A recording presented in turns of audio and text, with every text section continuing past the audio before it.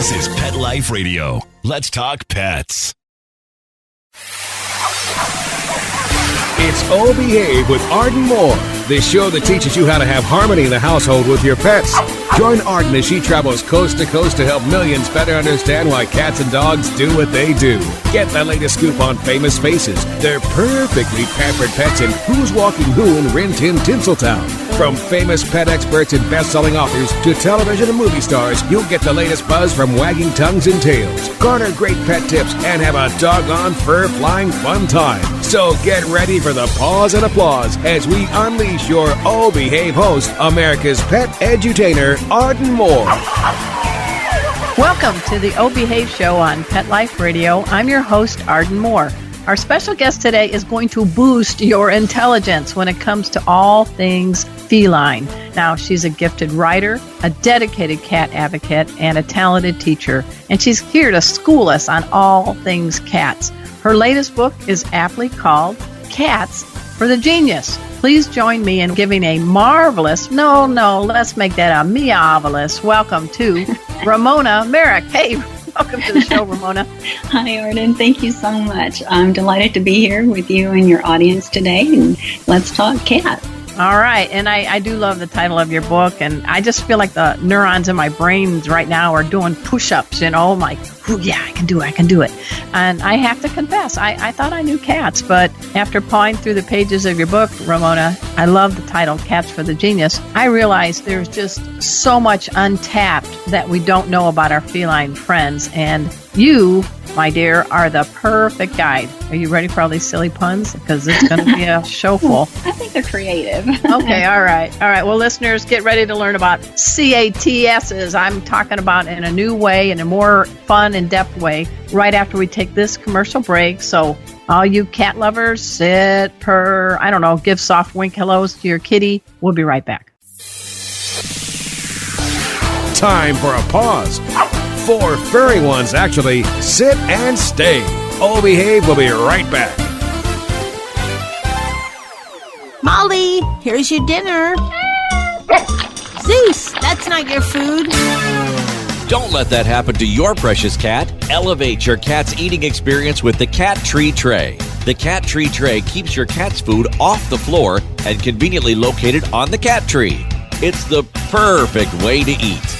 It's a beautiful wrought iron tray that easily attaches to your cat tree and keeps dogs and other critters out of your cat's dish. A must for multi-pet households. There's a 6-inch tray for large bowls and a 4-inch tray for smaller bowls. Purchase your Cat Tree Tray today. Go right now to cattreetray.com.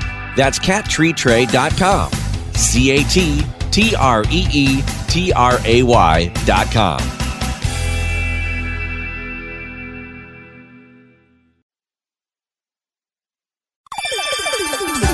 Let's Talk Pets on PetLifeRadio.com. Oh Behave is back with more tail-wagging ways to achieve harmony in the household with your pets. Now, back to your fetching host, America's pet edutainer, Arden Moore. Welcome back to the Oh Behave show on Pet Life Radio. I'm your host, Arden Moore. Our special guest today is award-winning author, educator, and a great gal, Ramona Marek. Now, I think we probably met about a decade ago as members of the Cat Writers Association, right? I believe we did. I think it was down in Foster City. Wow, she's remembering the specific location. What shirt was I wearing? No. I think it was a peach-colored T-shirt. That's Good try. I'm not a peach girl, but good try. Well, I've always respected your genius and your writing talents, and I just think you have the best title for a cat book. And here's the full title of the book: Cats for the Genius. Create a positive relationship with your cat from the start. And that start ends with an exclamation point. Okay, I'm all jazzed now, Ramona. So what inspired you to write this book in this format? Actually, right from the beginning, I liked the company For the Genius Press because I was like, okay, let's do that. That's a nice tongue-in-cheek kind It's better than dummies, excuse me, but you know what I'm talking about. Well, yeah, I liked the positive approach. I just think when working with people or animals, everything positive just brings out the best in people. And about cats specifically, Oh my goodness. They're so misunderstood. There's just so much. There's so much we don't know. There's mystery, myth, misinformation. And so if we could just kind of clear out that fog of mystery and get down to, hey, what are cats all about? And how can we make them happy and healthy in our homes? So that was kind of how to help people help their cats was the whole basic premise. Well, that's a very good altruistic approach. And I know there's probably a couple of cats in your home with the best names ever that also were inspiring you as feline muses. I am going to butcher your silver tabby Siberian's name. Just call him Ivan. And then I love Natasha's name, but give a little 411 on your two cats at home. Sure. I love my kitties. Tsarevich Ivan. Say it again. Say it proud. Say it loud. Tsarevich Ivan. He's going to come running if I keep calling his name. That's okay. That's okay. Casey, my cat's right here going, Tsarevich Ivan, you want to have a good time. Let's go play. So he is a Siberian and my husband is Czech. So between the two, we came up with a good Russian name. And his full name is really Tsarevich Ivan Grozny, which was like Ivan the Terrible. But we don't want to use the terrible part. We don't want to encourage that. No. He is a social butterfly, joie de vivre personality. Oh my God. Listen funny. To this description. You don't say, he's just a nice cat. He is something to contend with. Well, how old is he? He's 12. Okay. And he is still full of life and lively. If you ever walk in our home, you will have to dodge numerous chairs strategically placed because he gets into all the closets and cabinet doors. And I really don't want him in the kitchen pantry. So there's a nice chair there, which he thinks is just there for his pleasure and comfort. But otherwise, he opens doors and pulls stuff out. So, okay. Yeah. So you have a little chair obstacle course in your house. Yes. So forewarned. Okay. I'll just take a seat a lot in your house. Okay. Moving to the kitchen now. Sit. Bathroom, sit. Living room, sit. Good, Arden. And Natasha Fatal is our little girl. She's 9. And she is our full-time diva. And she's dressed as an anything but plain brown tabby. She looks like she has long, silky evening gloves on her front paws, and I just adore that. And she does have a diva personality. She wants things her way on her terms. Well, do they get along, the two of them? They do. They get along. I wouldn't say they are super affectionate towards each other, but they do get along, which I'm very grateful for. Has she learned to open doors yet? Arden. One time I heard this banging noise and I couldn't figure out what it was. And I was like, oh, that sounds like the bathroom cabinet door and Yvonne. And I went in there and Yvonne was trying to teach her how to get her paw under that door. Oh, and she couldn't quite grasp the way he was showing her. And I was kind of appreciative that she didn't catch on, as I don't want to really deal with both of them doing that. Yeah, that's true. That's true. Wow. Well, you do take a novel approach to this book. I love it because you are a scholar. I'm going to say it right off. I mean, this lady's got a master's in education. You taught for, 20 years in private and public schools, special education, which is even more kudos to you. So this lady does her research. She does her homework. You know, you have veterinarians and animal behaviorists cited in there, but I was delighted when I came across Ian Anderson of Jethro Tull. Tell us about that. Wow. Was that just pretty darn awesome? Yeah. You going to sing any songs or, this is a radio show, No, he didn't, but he has recorded several songs about his various cats. Mm-hmm. And that's kind of what inspired the interview, was about an article I was writing about cats in music. Okay. And the various songs about cats. And it just happened. We have a colleague in common who is his manager, and she set me up with an interview. And oh my word, to talk about a wonderful speaking voice. I could just listen to him talk for days. And he's very compassionate and advocate for small wildcat conservation. Well, we can do a shout out too. It's smallcats.org is his group. But tell us what that is. What is? I'm thinking small wildcats. Are we? What kind of cat? Yeah, it is small wildcats, and there are 36 species of small wildcats, and the conservation It's just kind of bring awareness to them. It's like he says that lions and tigers and snow leopards people are interested in, but they forget about the little cats too, like the ocelots and the sand cats. I guess, I don't know if it's his favorite, but he gave a lot of speeches about the Scottish wildcat that are pretty dear to his heart, as he says. Just kind of bring an awareness to them if they're losing their natural habitat to, I guess, our development and such.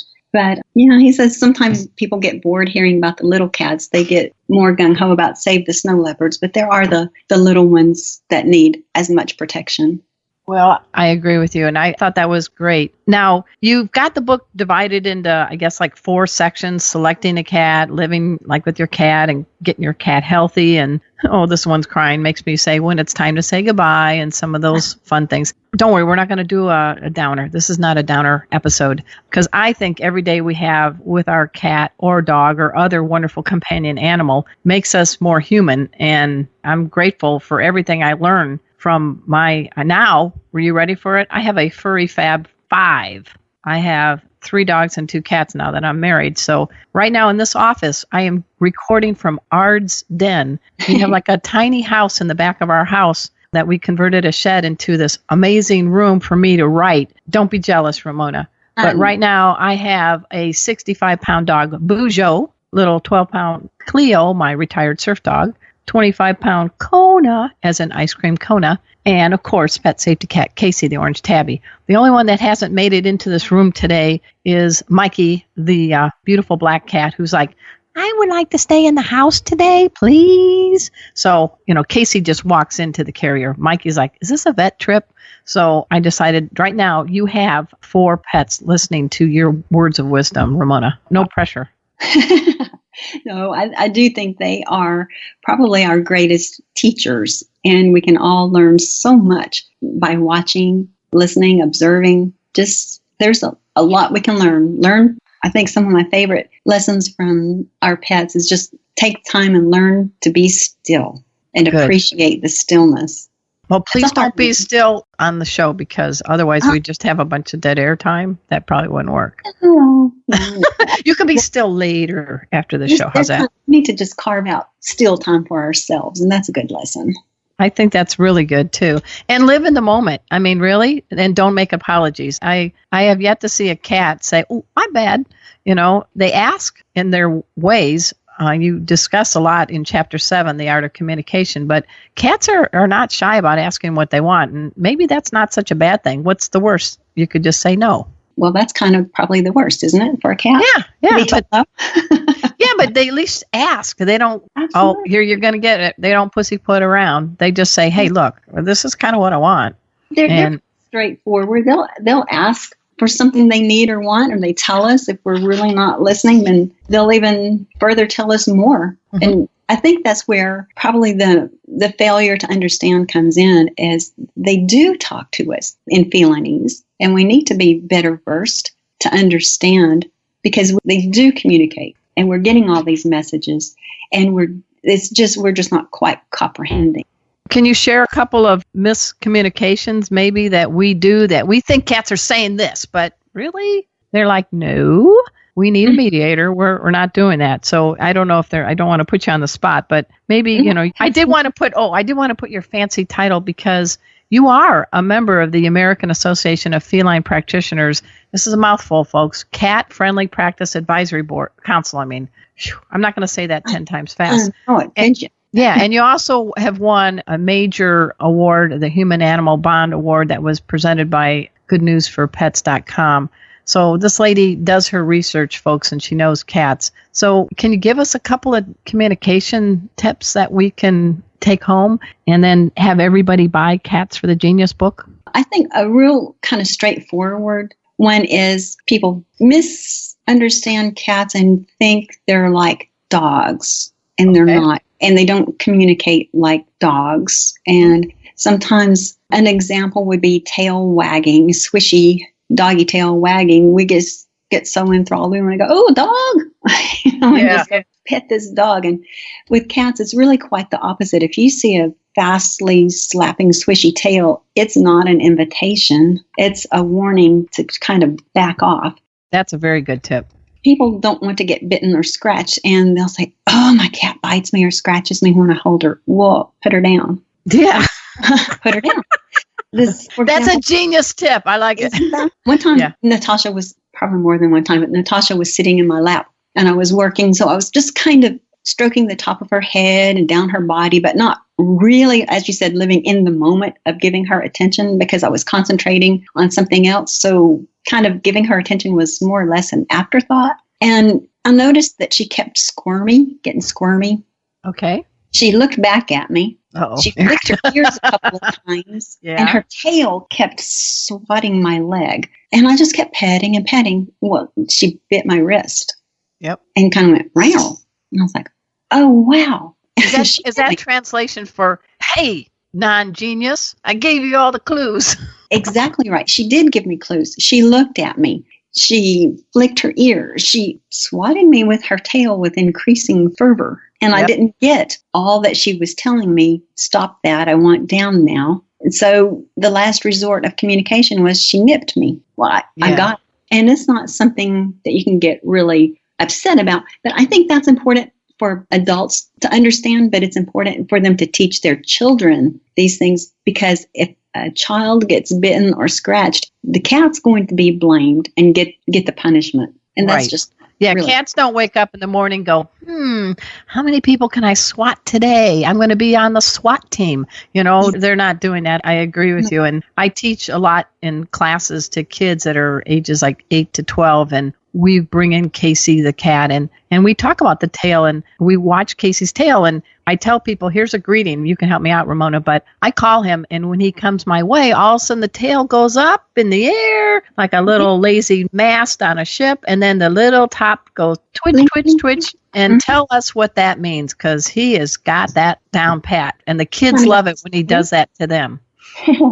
Yeah, I think, he's got a lot of swagger going on there. A straight out tail with a little swishy at the top. Yeah. It's kind of a nice little greeting. "Hey, happy to see ya." Yeah. And kids learn that. And then we have the dog, Kona, she's wagging her tail like a metronome. And I'm like, well, look at her face. It's relaxed and her mouth is open. She's grinning. But the tail, and they realized what you just said is what a difference, just the tail. So I love that you are emphasizing in your book, Cats for the Genius, that, folks, don't compare them to dogs. We're going to talk more about the brain power of cats.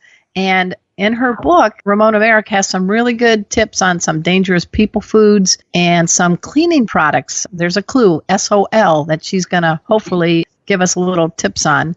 But we got to pay for the show. So everybody sit and stay. We'll be right back. Time for a walk on the red carpet, of course. All Behave will be back in a flash right after these messages. It's DesignerPetSweaters.com. Hand-knitted designer sweaters for your precious pup or cool cat. Beautiful couture patterns for your pets, including custom-knitted formal wear, casual wear, yachting, and even sports-themed. Many designer pet sweaters include feathered tammy hats, top hats, and a lot of sparkle. Each sweater includes leg loops, front paw sleeves, and leash opening. Visit DesignerPetSweaters.com to order your four-legged fashions today. Your pets will stay warm for the winter and be runway ready. Large or small, we fit them all. DesignerPetSweaters.com.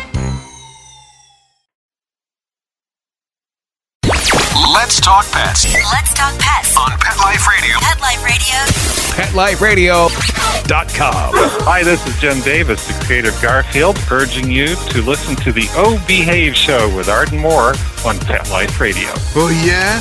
We'll see about that. We're back from the lot. Just checked the paper and we had a record showing at the box. The letterbox, that is. Now back to Oh Behave. Here's Arden.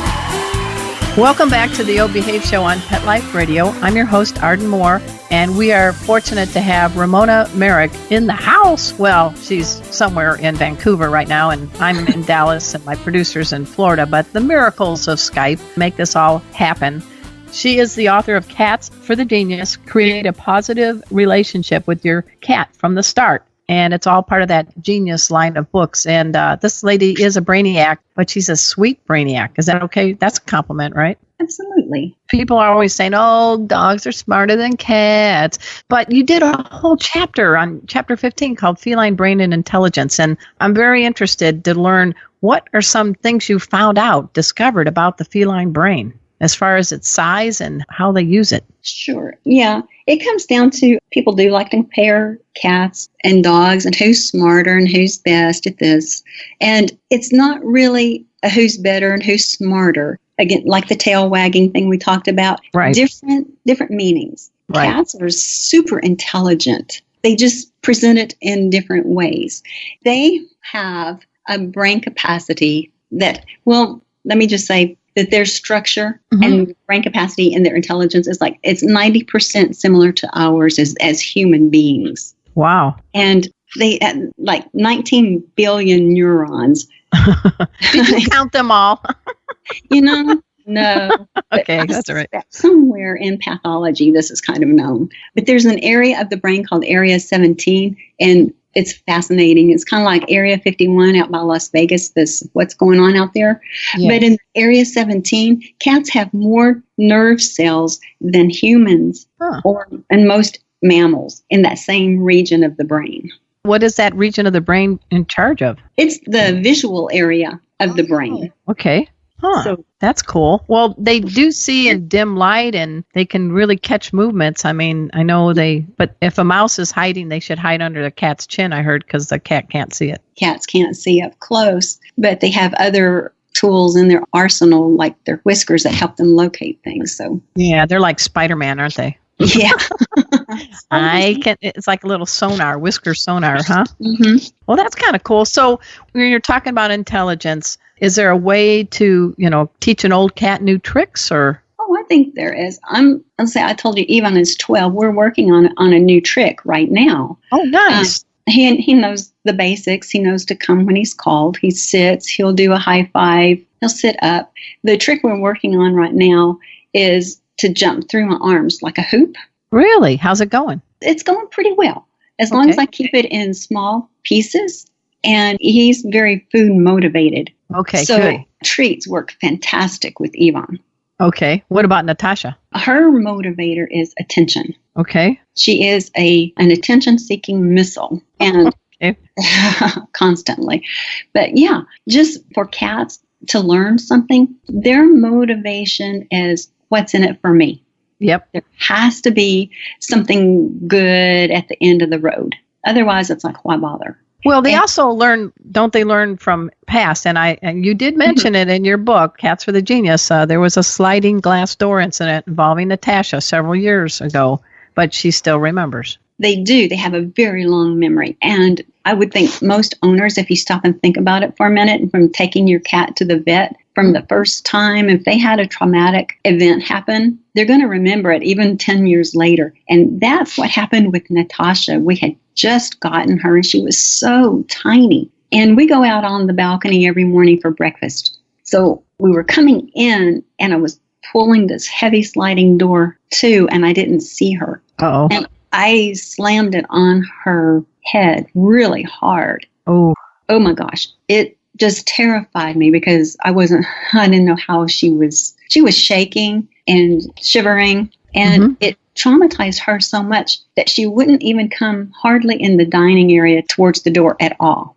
And it took a good, I would say, 5 years where we slowly got to where now she comes and goes freely. But it was, I'm not coming in that area. I'm not coming within 3 feet of that door. And then she would get to where she would get closer to it, but she wouldn't cross the threshold.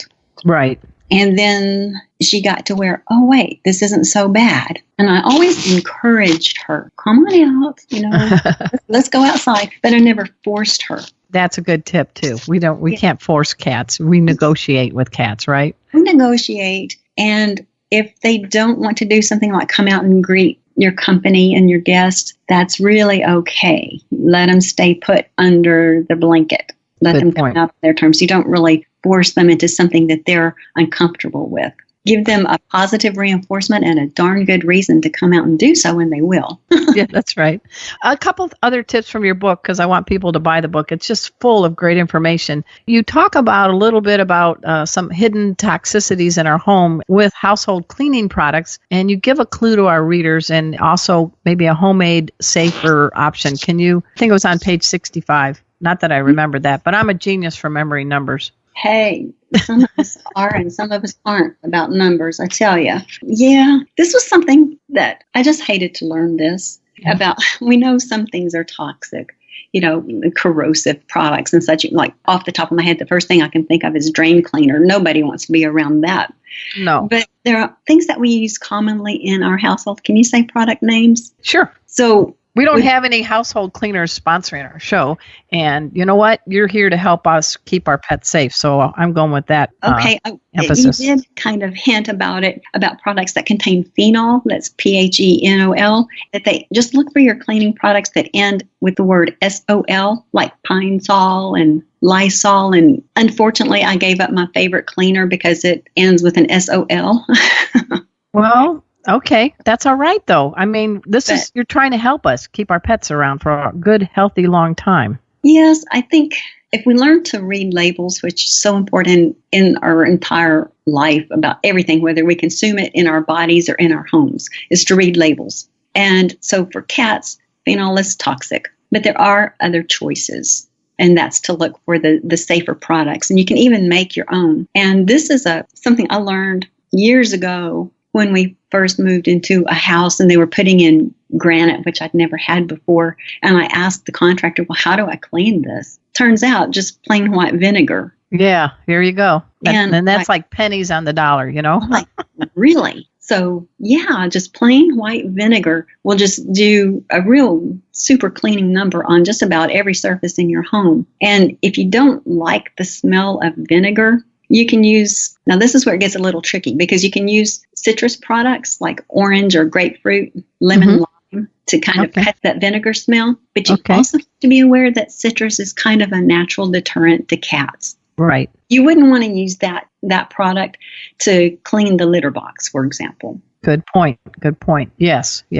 And you also save money because people are always trying to get good dishes for their pets to eat from. And you're a garage sale maven, it sounds like.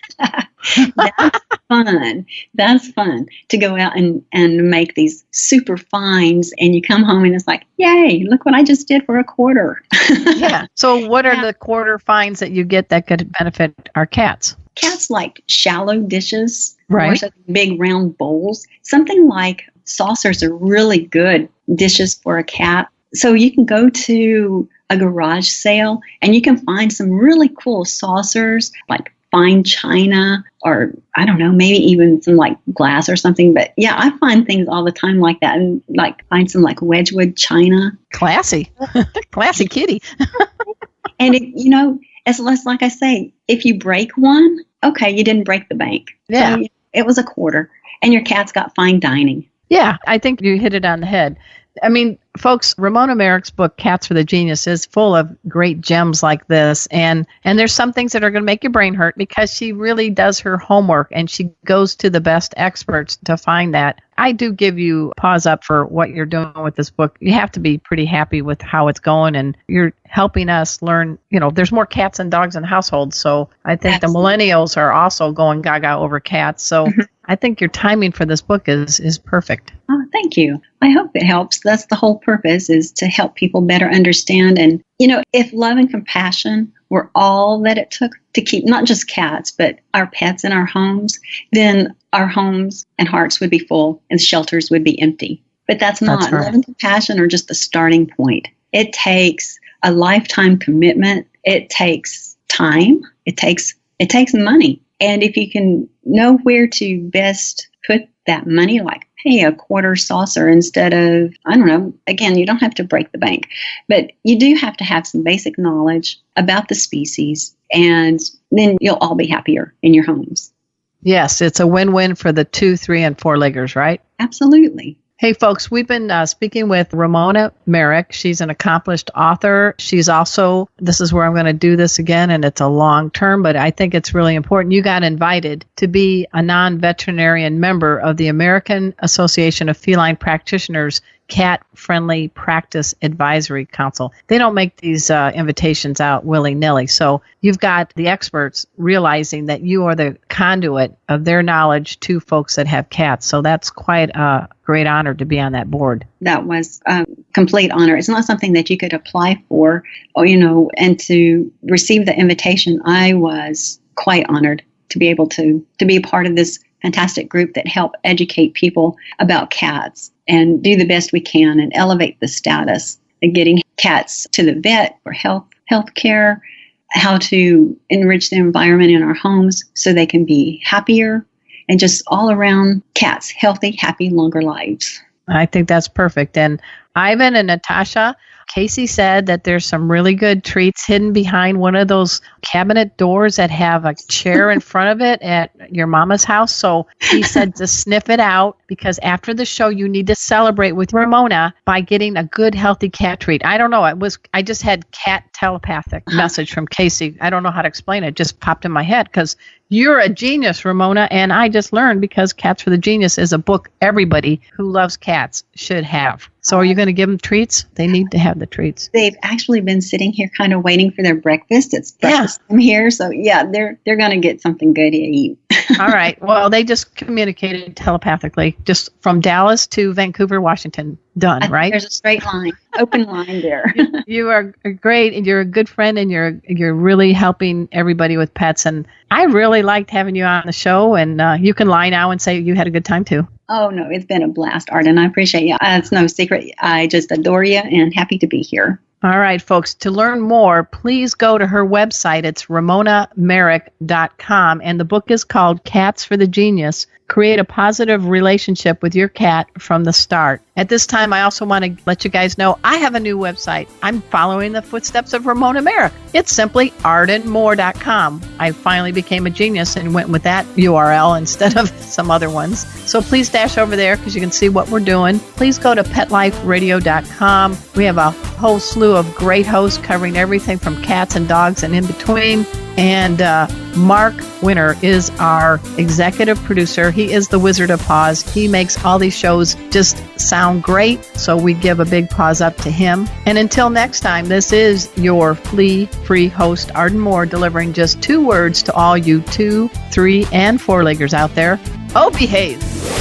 Coast to coast and around the world, it's Oh Behave with Arden Moore. Find out why cats and dogs do the things they do, and get the latest buzz from wagging tongues and tails in Rin Tin Tinseltown. From famous pet experts and best-selling authors to television and movie stars, you'll get great tail-wagging pet tips and have a fur-flying fun time. All Behave with America's pet edutainer, Arden Moore. Every week on demand, only on PetLifeRadio.com.